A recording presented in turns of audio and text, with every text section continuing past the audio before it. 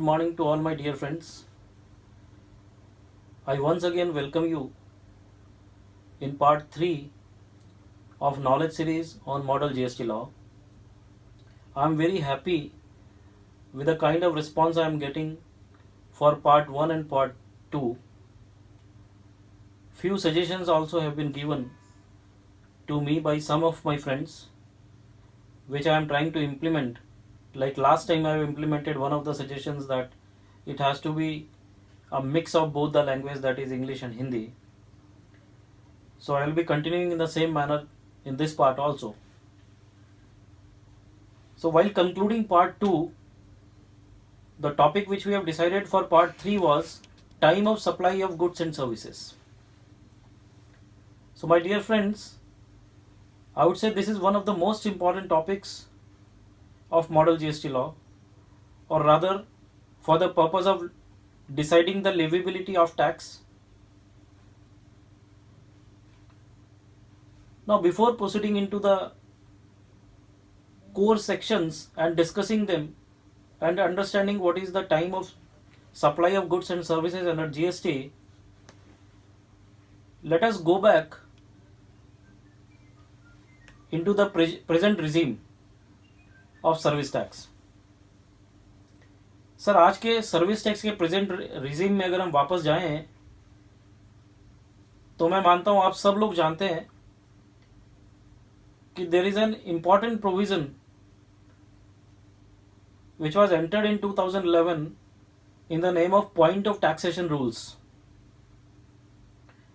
Point of taxation is very important so far as leviability of service tax is concerned. हम कोई service complete करते हैं, कोई service देते हैं, उसका इनवॉइसिंग होता है, उसकी कलेक्शंस आती है, तो whatever is happening at the earliest the point of taxation lies there. इसी तरीके से जीएसटी के अंदर भी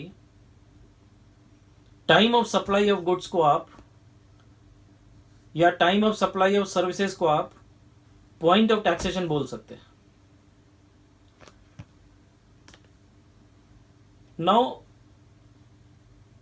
as we have already discussed that in case of GST the taxable event is going to be supply. We have discussed section 3 of the model GST law. I believe everyone remembers that. Section 3 has provided the definition of supply, which is again an inclusive definition, and we expect that there is going to be a lot of disputes in there.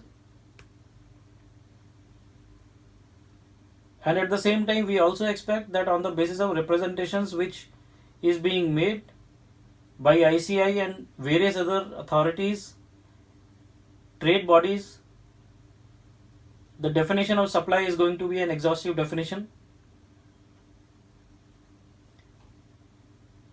Now, this is not the point of discussion at this point of time. Important is the taxable event is supply. But when the tax has to be levied. हमको ये तो पता चल गया कि जब supply करते हैं तब टैक्सेबल इवेंट हो गया आपका, लेकिन वो टैक्स कब लगेगा, कब कलेक्ट होगा, वो इंपॉर्टेंट क्वेश्चन है, विच will be decided by the provisions of time of supply of goods and services. तो सर आपने आज एक सप्लाई को हैंडल किया, supply of goods you have entered into. So now you need to find out the date on which the tax liability is getting due on you. उसके लिए sir model GST law में there are two sections, section 12 and section 13, which discusses about the point of taxation under GST, that is time of supply of goods and services. Section 12 deals with the time of supply of goods and section 13 deals with time of supply of services. So let us proceed and discuss the provisions of section 12 and subsequently section 13. So this is going to be the agenda of today's part, that is part 3 of knowledge series of model GST law. we will be discussing two sections which are very important sections, section 12 and section 13, because these sections cover the provisions which would say when the liability is going to arise in case of supply of goods or supply of services. Now let us move towards section 12 and section 13. As we all know that for completing a transaction there has to be two persons. One is a supplier and the other one is recipient. And before moving towards section 12 and section 13,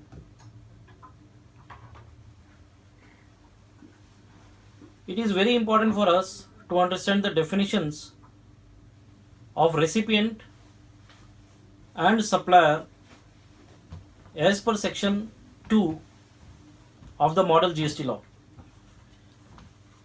So, for the sake of better understanding and clarity, I am reading the definition of terms receiver, that is recipient, as defined under the model GST law. Clause 80 of section 2 deals with the term recipient. Now, recipient of supply of goods and services means where a consideration is payable for supply of goods and or services, the person who is liable to pay that consideration. So it's very simple. Whenever a consideration is payable, then the person who is liable to make such payment of consideration is said to be the person who is recipient of supply of goods or services. Second is, where no consideration is payable for supply of goods, the person to whom the goods are delivered or made available, or to whom possession or use of the goods is given or made available.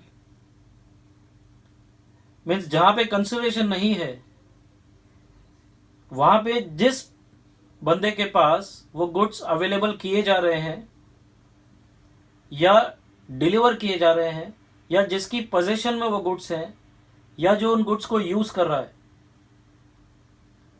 उस बंदे को हम recipient कहेंगे. तो दो situations आई, पहली जहां पे कंसिडरेशन है, दूसरी जहां नहीं है.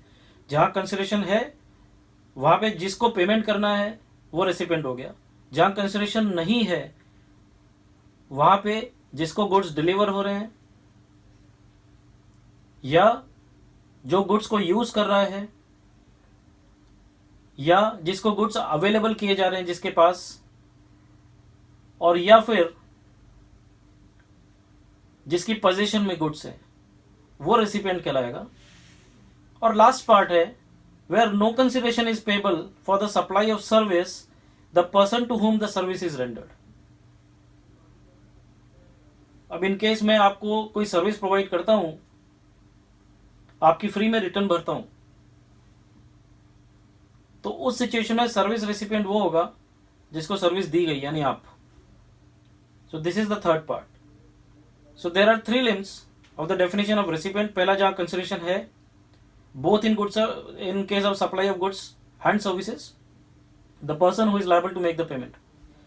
Second situation where no consideration is there, then in case of goods, जिसको goods available किए जा रहे हैं जिसके लिए, या जिसके possession में goods हैं, या जो use कर रहा है, या जिसको डिलीवरी मिल रही है, इन चारों में से जो भी रहेगा वो रेसिपिएंट कहलाएगा. और in case of services, that is where there is no consideration, then in case of services, the person to whom the service is being rendered.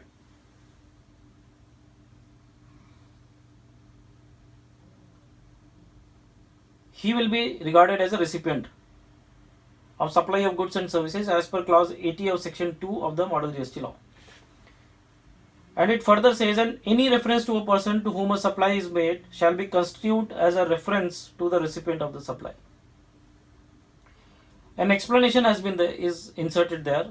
The expression recipient shall also include an agent acting as such on behalf of the recipient in relation to the goods or services supplied. So this we have already discussed in section 3 while discussing the definition of supply, that in case of agency also the agent and principal both will be regarded as separate persons. So the explanation also provides the same, that the term recipient will also include an agent who is acting as such on behalf of the recipient. That means the principal is a recipient of service or recipient of goods and the agent is acting on his behalf. Then such agent will also be regarded as a recipient of supply of goods and services. This was the definition provided under the model GST law of recipient. Now let us move towards the definition of supplier. Again a very important term, because supplier और recipient आपको समझना बहुत जरूरी है कि कौन supplier कहलाएगा, कौन recipient कहलाएगा. तो साहब supplier को define किया है clause 91 of section 2 में, और बोला गया है in relation to any goods and or services shall mean the person supplying the goods and or services and shall include any agent acting as such on behalf of such supplier in relation to the goods और services supplied. तो simple definition है, जो भी बंदा supply कर रहा है goods और सर्विसेज को, including an agent who is acting on behalf of the supplier, both that is the person who is directly supplying as well as the person who is acting as agent, both will be treated as supplier under clause 91 of section 2 of the model GST law. Such services we have already discussed in part 1, but let me touch upon the same again. Clause 88 of section 2 provides the definition of service. और simple है sir, service में ऐसा बोला गया, anything that is not goods will be regarded as service. And then an explanation is there which provides that service includes intangible property and actionable claim but does not include money. So these were some of the important definitions which I was willing to touch upon. Now, after understanding what is recipient, what is supplier, and what does the term service means, let us directly move towards section 12. As I already said, section 12 provides about the time of supply of goods. Subsection 1 of section 12. Now it provides that the liability of SGST or CGST on the goods shall arise at the time of supply as determined in terms of the provisions of this particular section, that is section 12. तो subsection 1 simple यही बोलता है कि साहब जो भी आप time of supply इस सेक्शन के दूसरे सबसेक्शंस के तरीके से आप डिटरमाइन करेंगे, उस दिन सीजीएसटी और एसजीएसटी की लायबिलिटी आपकी अराइज होगी सप्लाई ऑफ गुड्स पे. This is subsection 1. Now subsection 2. Now before moving to subsection 2, what all we are going to touch under this section is, first, in case where the goods are movable. Second, in case where the goods cannot be moved but are made available for supply. Then third is continuous supply of goods. This is something new. We have heard about the continuous supply of service, but today we are going to learn about the continuous supply of goods. And then the goods on which, or the supply of goods on which reverse charge is made applicable. These are few of the things which are covered under section 12 of the CGST SG Act of model GST law. Over and above that, there is also supply of goods on return basis or on approval basis or sampling. So these are the things which are covered under section 12 of the Act. I am repeating. First, in case where the goods are movable, that is can be moved, removed. Second, where the goods cannot be removed but are made available for supply. Third, continuous supply of goods. Fourth, the supply of goods where reverse charge is applicable. And fifth, the cases where the goods are supplied on return basis or on approval basis. All these we will be touching upon under this section and determine the time of supply of goods in each of these cases. तो sir पहला situation ले लेते हैं जहां पे supply of goods in case where the goods can be removed. तो sir मेरा सवाल ये आता है when it will be said that it can be removed. What do you suggest? क्या सजेस्ट करते हो सर आप लोग? रिमूव्ड का डेफिनेशन होगा एक्ट में, मॉडल जीएसटी लॉ में? होना चाहिए. Yes, the definition of removed is there in the model GST law. And let me take your few minutes and discuss the exact definition which is provided in the statute in clause 83 of section 2, which defines removal. Removal in relation to goods. Service के case में तो removal होगा नहीं sir. Removal तो goods के case में होगा, because that has to be, and the definition of goods provide goods means something which is movable. Immovable property भी goods नहीं है. तो now what is removal? If it is to be covered under goods, it has to be movable. So removal in relation to goods means A, dispatch of the goods for delivery by the supplier thereof or by any other person acting on behalf of such supplier. It means पहला है dispatch of the goods for delivery. आपने dispatch कर दिया तो वो removal हो गया delivery के लिए. दूसरा है और collection of the goods by the recipient thereof और by any other person acting on behalf of such recipient. या तो आपने डिस्पैच कर दिया डिलीवरी के लिए तो रिमूवल हो गया, और या फिर रेसिपिएंट जो है वो आके कलेक्ट करके ले जाए या उसका कोई एजेंट कलेक्ट करके ले जाए. ये दोनों सिचुएशंस में रिमूवल में कवर्ड होगा. So now we have to discuss subsection 2 of section 12. Sir subsection 2 थोड़ा सा कंफ्यूजिंग बनाया गया है बिकॉज सब सेक्शन 2 में ही दोनों क्लॉजेस डाल दिए हैं जहां पे गुड्स रिमूव किए जा रहे हैं या फिर गुड्स रिमूव नहीं किए जा रहे हैं, वो मेड अवेलेबल हैं. यानी इंस्टॉलेशन, आउट से इरेक्शन, कोई प्लांट का इंस्टॉल कर दिया उन लोगों ने, इरेक्ट कर दिया उसको, अभी वो आप हटा नहीं सकते, मूव नहीं कर सकते. So in that situation also is covered under this subsection. और कोई गुड्स है जो आप उठा के ले जा सकते हो, जनरेटर उठा के आप ले गए, तो in that case removal is there.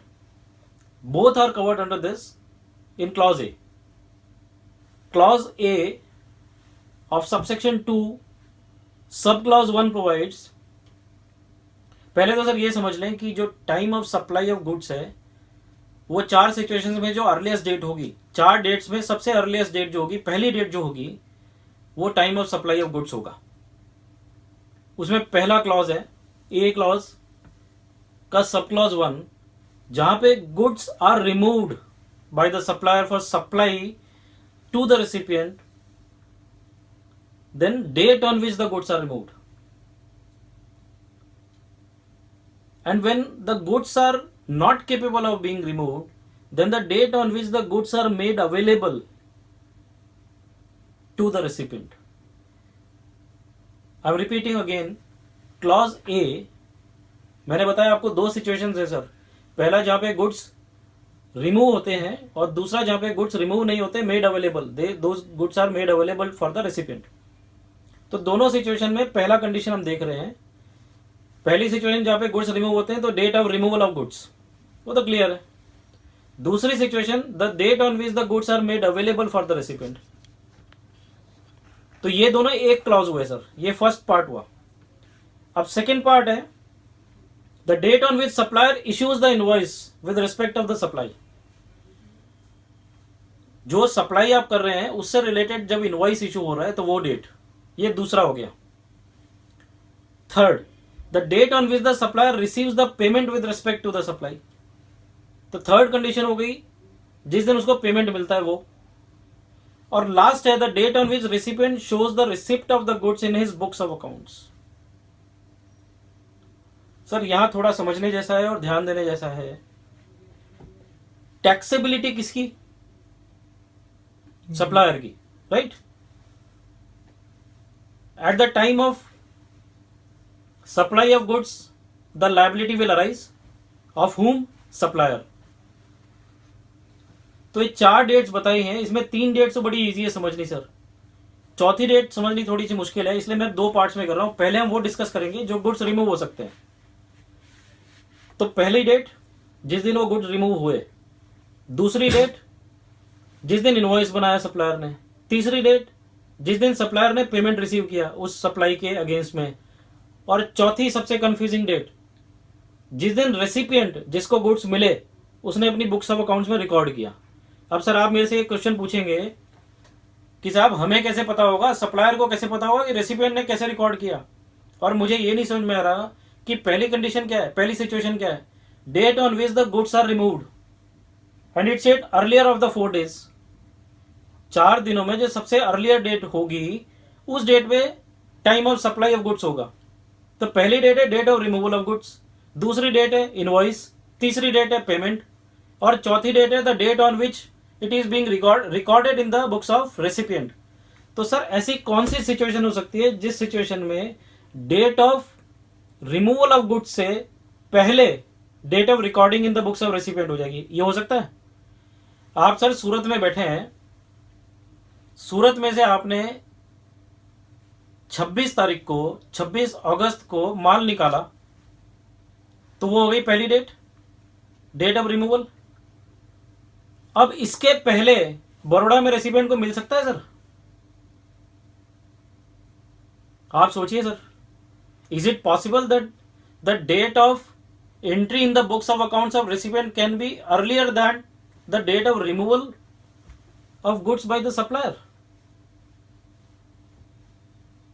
Sir हो सकता है।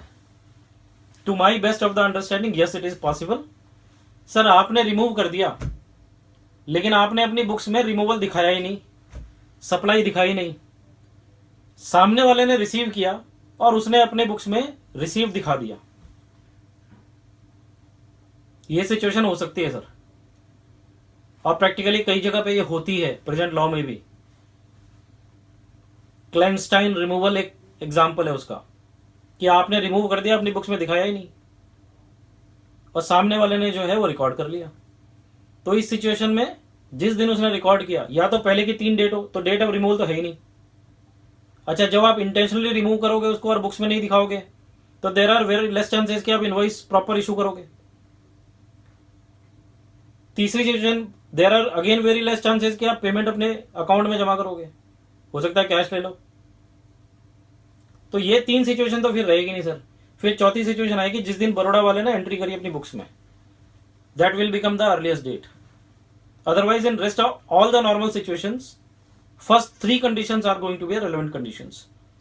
That means, again I am repeating, date of removal, date of issuance of invoice, date of payment, receipt of payment by supplier, and the date of recording in the books of accounts by the recipient. इन चारों में से जो earliest date होगी, that date will be regarded as the time of supply of goods.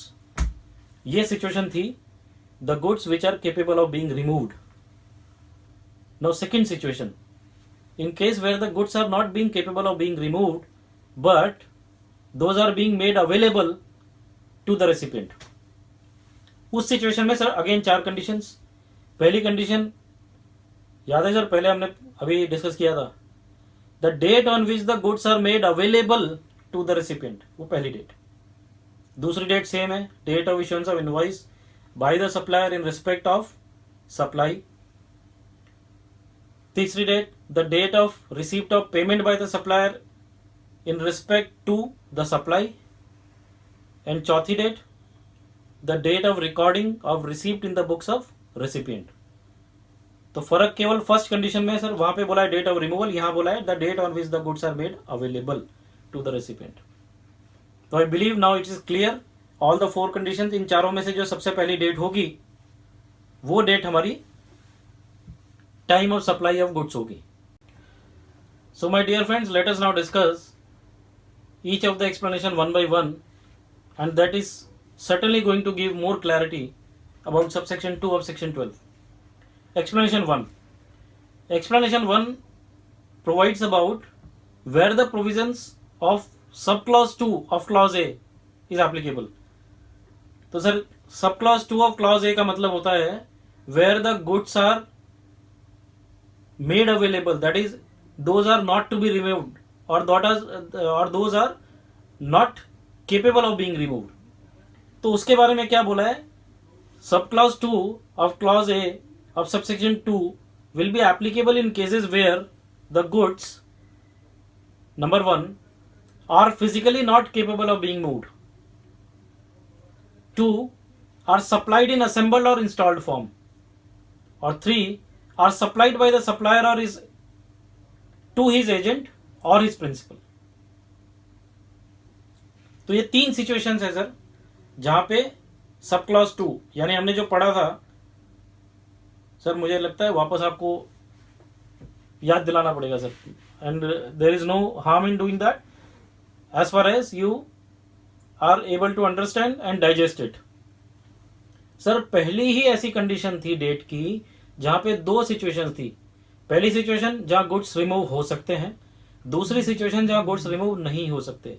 तो हम यही बात कर रहे हैं कि जो दूसरी सिचुएशन है जहां गुड्स रिमूव नहीं हो सकते वो कब कब एप्लीकेबल होगी. तो उसमें 3 सिचुएशंस हैं जहां पे वो सब क्लॉज 2 एप्लीकेबल होगा. पहली situation where the goods are not capable of being moved physically, वो पहली सिचुएशन है.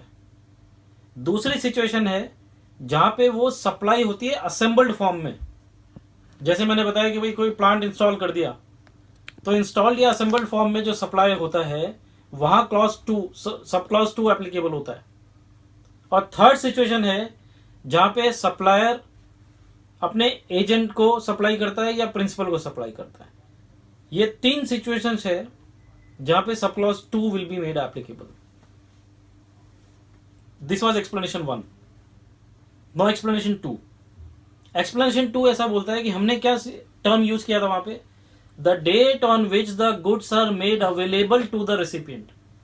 So what does the term made available to the recipient means? वो explanation 2 में define किया है. वो ये बोलता है shall mean where when the goods are placed at the disposal of the recipient.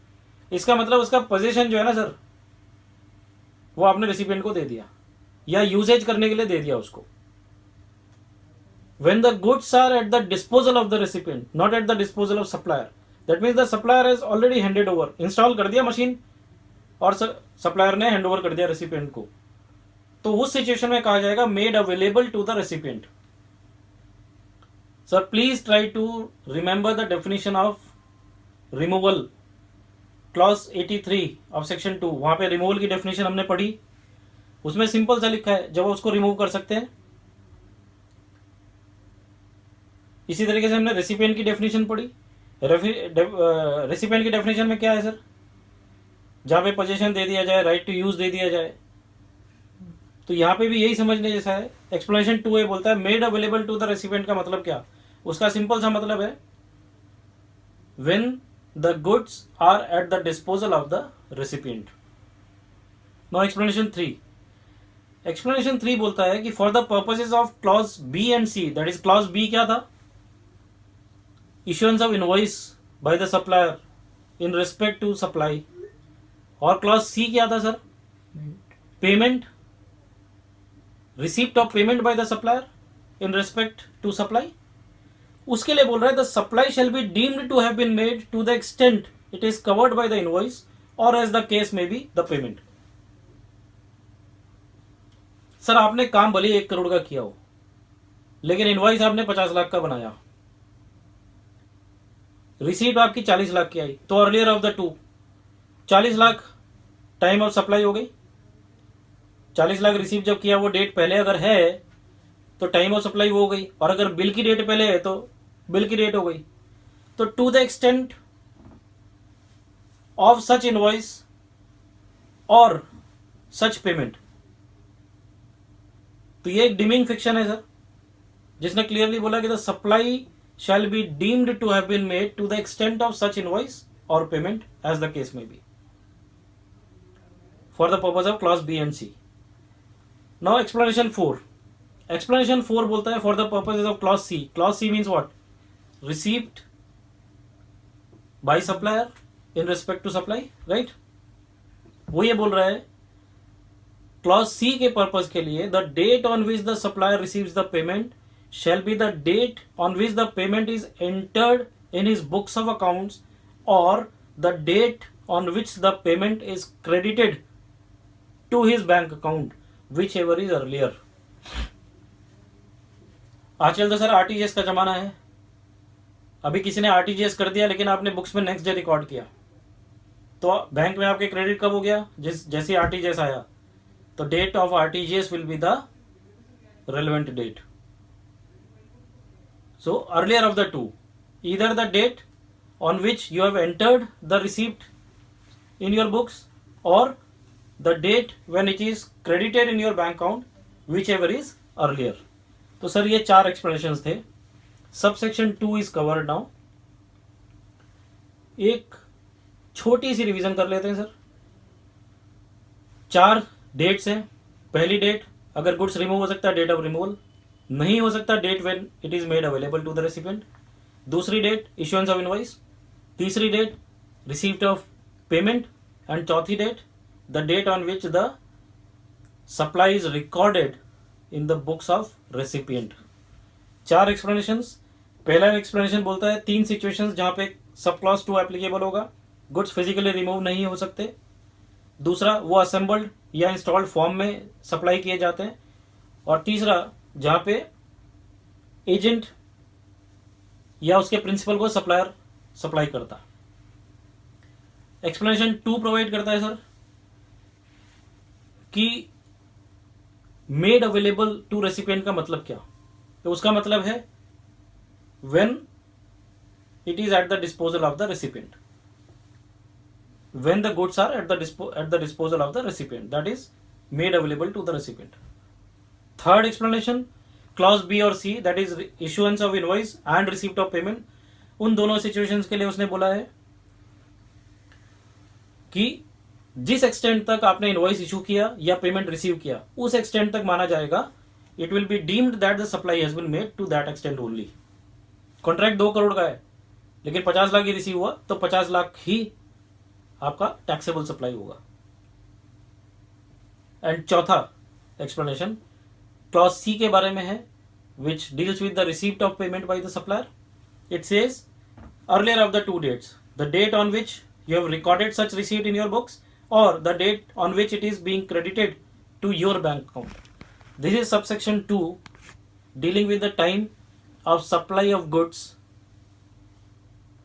under GST. Now let us move to subsection 3. Subsection 3 deals with the continuous supply of goods. Sir, continuous supply of goods, as we all know, the term continuous supply of service. जहाँ पे आपका एक suppose AMC है, आपने 1 साल का एक contract ले रखा है. 1 साल के बीच में आपको दोबारा कॉन्ट्रैक्ट एंटर होने की जरूरत नहीं है. 1 साल तक आपकी सर्विस कंटिन्यूसली चलती रहती है. So in common terms, it is being understood that where the contract has been entered into for more than 3 months, it becomes a continuous supply of service. So similarly, it is continuous supply of goods in this case. तो continuous supply of goods के case में time of supply of goods क्या होगा? तो ये ऐसा बोलता है कि where successive statement of accounts और सक्सेसिव पेमेंट्स आर इन्वॉल्व. आपका कॉन्ट्रैक्ट इस तरीके से एंटर किया गया है जहां पे आपका कुछ स्टेजेस पे आपकी पेमेंट्स और सक्सेसिव स्टेटमेंट ऑफ अकाउंट्स की आप स्टेटमेंट ऑफ अकाउंट देंगे कि भाई मेरा 20% प्रोग्रेस हो गया तो इतना पेमेंट मुझे मिलेगा. वो कंटिन्यूस सप्लाई ऑफ सर्विस हो गई. जो कॉन्ट्रैक्ट आपका 1 साल तक चलने वाला है, 2 साल तक चलने वाला है, लॉन्ग टर्म नेचर के कॉन्ट्रैक्ट्स हैं, वहां पे आपका अगर कॉन्ट्रैक्ट बोलता है कि भाई हर महीने आपको बिल बनाना है या 20% की स्टेज हो जाए तो आपको बिल बनाना है, तो statement of account where it is successive और the payment where it is successive. तो इस सिचुएशन में time of supply will be the date of expiry of the period to which such successive statement of account और successive statement payments relate.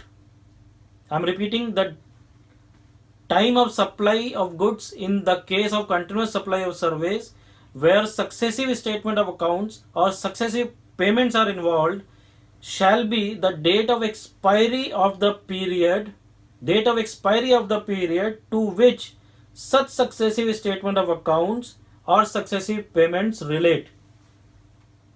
It means April to June मुझे quarterly bill करना है sir, statement of account भेजना है, तो अप्रैल to जून के period का है, तो इसका time of supply of goods क्या होगा? The date of expiry of the period to which the statement of account successive statement of account relates. तो इसका मतलब अप्रैल टू जून का जो रहेगा date of expiry is what? 30 June. तो 30 June will be the time of supply of goods. Is it clear sir? कोई doubt तो नहीं है? अगर if there is no successive statement of account, then in that case the date of issue of invoice or the date of receipt of payment, whichever is earlier, shall be the time of supply. अगर clause आपका contract में कोई ऐसा है ही नहीं sir, आप successive statement of account नहीं दे सकते भाई, आपको कॉन्ट्रैक्ट कंप्लीट करने के बाद इनवॉइस एक ही बार में रेस करनी है, तो उस सिचुएशन में either the date of invoice or the date of receipt of payment, whichever is earlier, shall be the time of supply.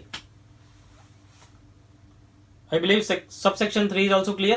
Continuous supply of goods के केस में जहां पे सक्सेसिव स्टेटमेंट ऑफ अकाउंट्स बनाने हैं या successive payments involve हैं, उन situation में आपकी टाइम ऑफ सप्लाई होगी expiry of the period, date of expiry of the period to which such successive statement of account और सक्सेसिव पेमेंट्स आर रिलेटेड. और जहां पे सक्सेसिव स्टेटमेंट ऑफ अकाउंट या सक्सेसिव पेमेंट इन्वॉल्व नहीं है, उस situation में either the date of invoice or the date of receipt of payment, whichever is earlier, shall be the time of supply of goods. Subsection 4. Sir subsection 4 ये provide करता है कि for the purposes of subsection 3, जहां पे continuous supply of goods के बारे में बोला गया है, द सेंट्रल गवर्नमेंट और the state government on the recommendation of the GST council may by notification specify the supply of goods that shall be treated as continuous supply of goods. ऐसे कौन सी supplies हैं goods की जिसको continuous supply of goods के category में treat किया जाएगा, वो सेंट्रल गवर्नमेंट या स्टेट गवर्नमेंट रिकमेंडेशन करेगा जीएसटी काउंसिल, उसके रिकमेंडेशन के बेसिस पे नोटिफिकेशन इशू करेगा सेंट्रल गवर्नमेंट और state government, wherein it will specify the supply of goods which will be treated as the continuous supply of goods. Sir अब यहां मेरा एक क्वेश्चन है which needs brainstorming. Generally long term contract जो है वो continuous supply of goods के case में एक वर्क्स कॉन्ट्रैक्ट का एग्जांपल लेते हैं सर. वर्क्स कॉन्ट्रैक्ट में generally there is movement of goods as well as services, तभी वो वर्क्स कॉन्ट्रैक्ट बनता है प्रेजेंट लॉ के हिसाब से. और अगर हम शेड्यूल 2 देखते हैं मॉडल जीएसटी लॉ का, तो in that works contract has been categorised as a service, supply of service. तो सर आप ब्रेन स्टॉर्मिंग जरा सा इतना ही करें केवल कि वर्क्स कॉन्ट्रैक्ट की सिचुएशन में जहां वो सर्विस क्लासिफाई कर दी गई है, तो ऐसे कौन कौन से गुड्स हो सकते हैं जो कंटिन्यूअसली सप्लाई होंगे, which can be those category of goods which will be continuously supplied and the central government or state government will issue a notification regarding that. So because of scarcity and less time, I will not be going into much detail कि भाई works contract में क्या problem है, अभी जो draft law हुआ है model GST law उसमें क्या इश्यूज लग रहे हैं, but yes this is certainly going to be an issue और उसकी क्लैरिटी बहुत ज़्यादा जरूरी है. Now let us move forward to subsection 5. Subsection 5 deals with all those supply of goods where the reverse charge is applicable. Sir reverse charge of services आपने सुना है? Reverse charge of service में क्या होता है सर? सप्लायर की जगह recipient को टैक्स भरना होता है. तो इसी तरीके से सप्लाई ऑफ गुड्स के केस में जहां पे रिवर्स चार्ज एप्लीकेबल होगा, वहां पे time of supply of goods will be the earliest of the following. वो क्या क्या है? Number 1, the date of receipt of the goods, जिस दिन रेसिपिएंट को गुड्स मिले वो date. The date on which the payment is made, जिस दिन रेसिपिएंट ने डेट पेमेंट करी उस दिन का डेट. तीसरा, the date on which the receipt of invoice is there, जिस दिन उसको इनवॉइस मिला वो डेट. या चौथी, जिस दिन उसने अपनी बुक्स में डेबिट किया वो डेट. पहली date, date of receipt of goods. दूसरी date, date on which payment is made. तीसरी date, the date of receipt of invoice. And चौथी date, the date on which he is debiting the debiting the expenses in his books of accounts. ये 4 situation में जो earliest होगा that will be regarded as the time of supply in case of supply of goods where the reverse charge is made applicable. Again, an explanation has been inserted in subsection 5 that is pertaining to the reverse charge. It says for the purpose of clause B. Clause B मतलब पहला situation receipt of goods, दूसरा situation payment. So for the purpose of clause B, the date on which the payment is made shall be regarded as the date on which the payment is entered in the books of accounts of recipient or the date on which the payment is debited in bank account, whichever is earlier.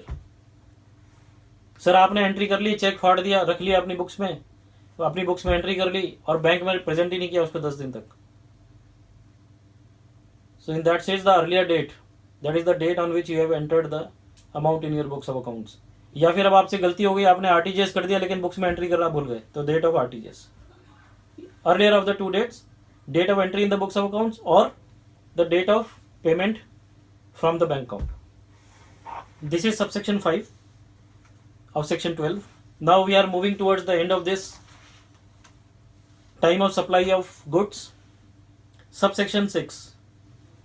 Subsection 6 deals with where the goods are being sent or taken or approval or sale or return or similar terms.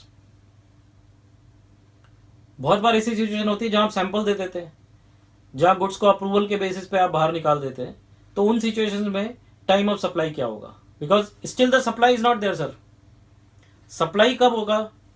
आपने समझा है removal की definition में. Removal का मतलब supply कब होगा?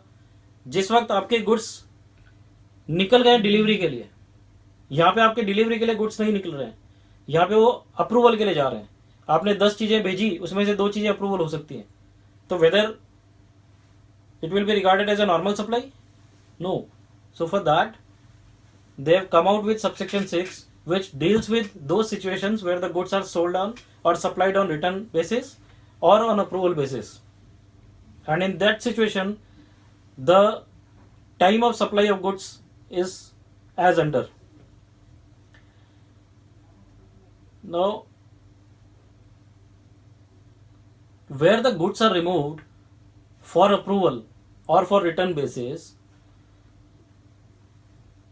then in a situation before it is known that a supply will take place, the time of supply shall be at the time when it becomes known that a supply has taken place, or 6 months from the date of removal, whichever is earlier.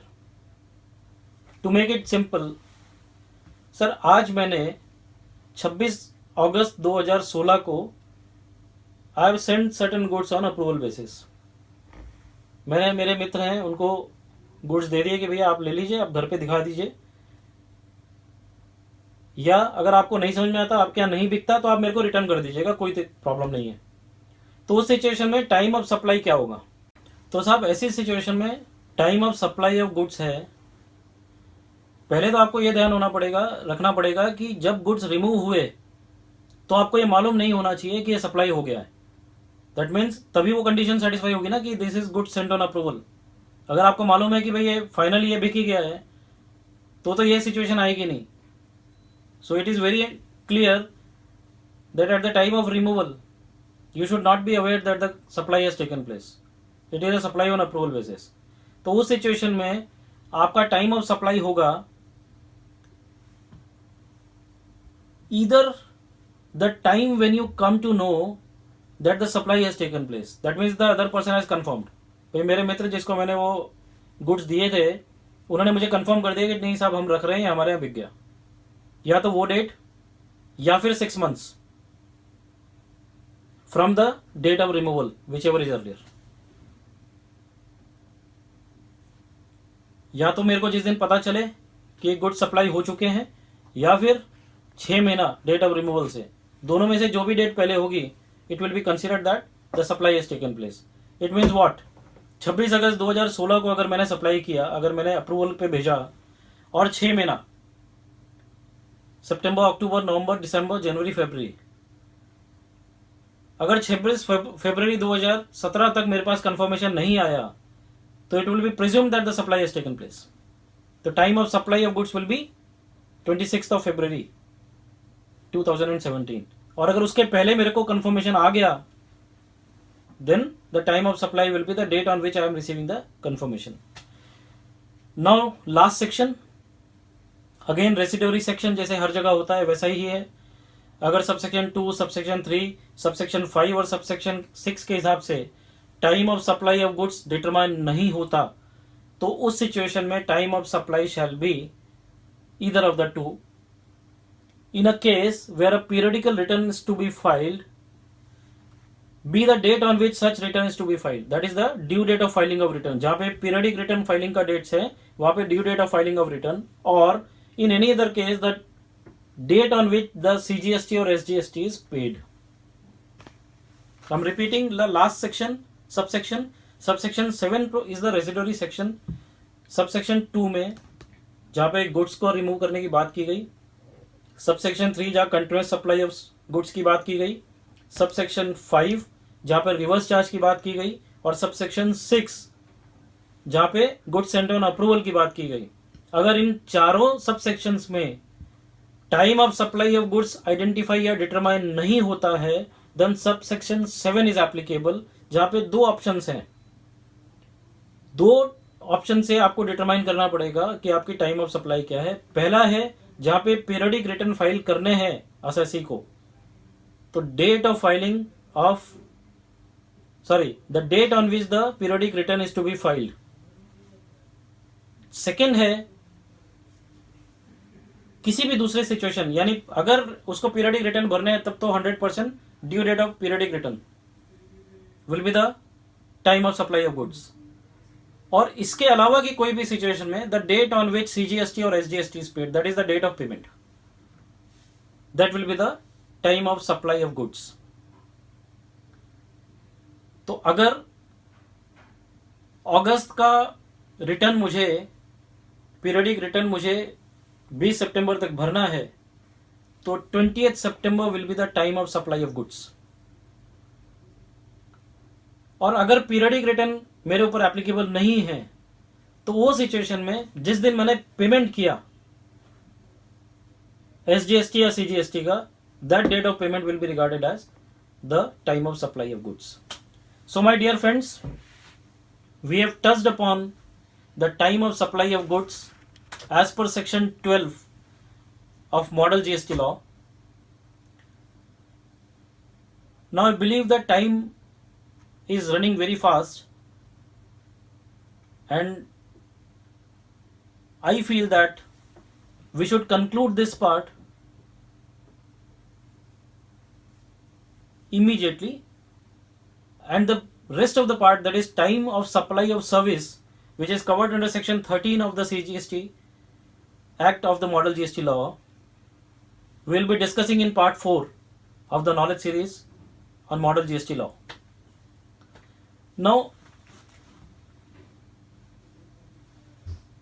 at last I would be very happy to say, and I am feeling very satisfied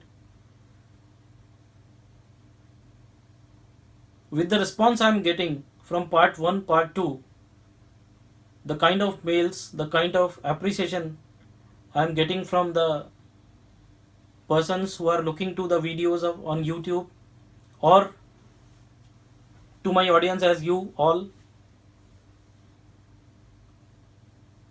I'll be keeping trying, and continuously will be releasing various parts touching upon various provisions of the Model GST law. With this, I would like to thank each one of you for giving me patience hearing, and I assure that within 1 or 2 days we will be coming out with part 4 of knowledge series on Model GST law. So my dear friends, thank you very much.